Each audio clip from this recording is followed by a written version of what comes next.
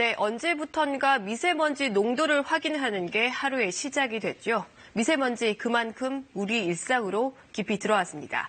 이번 친절한 뉴스는 이 미세먼지 배출 관련 소식입니다. 대기오염물질 총량 관리제라고 하는 게 있습니다. 이 미세먼지의 원인지로 꼽히는 산업시설들을 대상으로 미세먼지를 포함한 대기오염물질 배출을 줄이기 위한 제도로 올해부터 수도권에서 시행 중인데요. 절차는 간단합니다.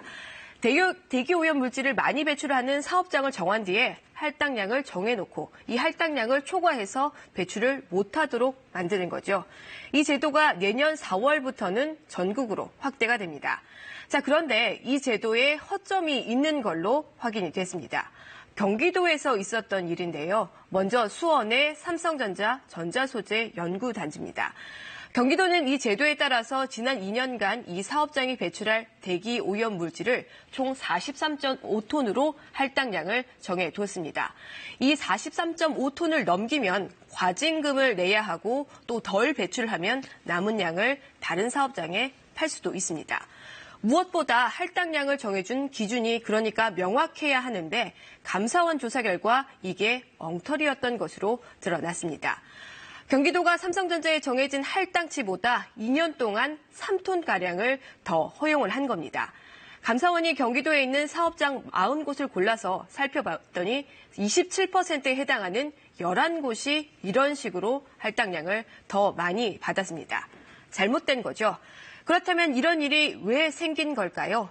경기도는 숫자 계산을 잘못해서 기준을 잘못 적용했다. 단순 실수라는 입장입니다. 그 입장 들어보겠습니다.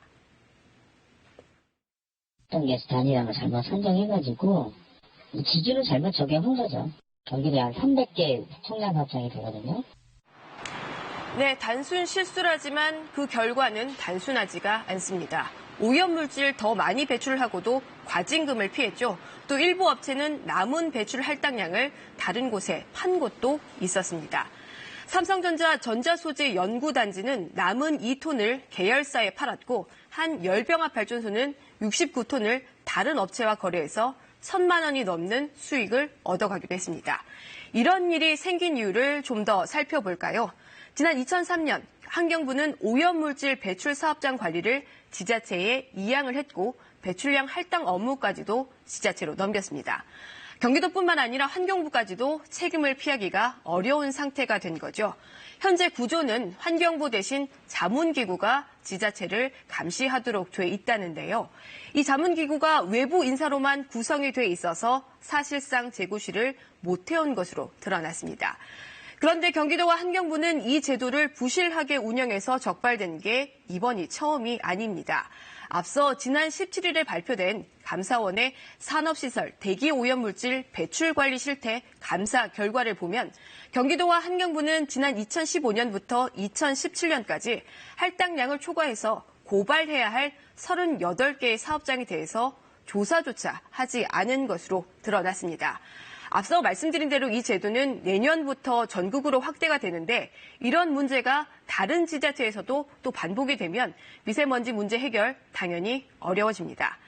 이런 상황에서 중국 측이 처음으로 대기 개선 상황이 낙관적이지 않다고 밝혔습니다. 특히 경기 둔화를 우려해서 대기 개선 목표치도 낮춰서 잡은 만큼 미세먼지 둘러싼 외부 상황도 녹록지가 않습니다.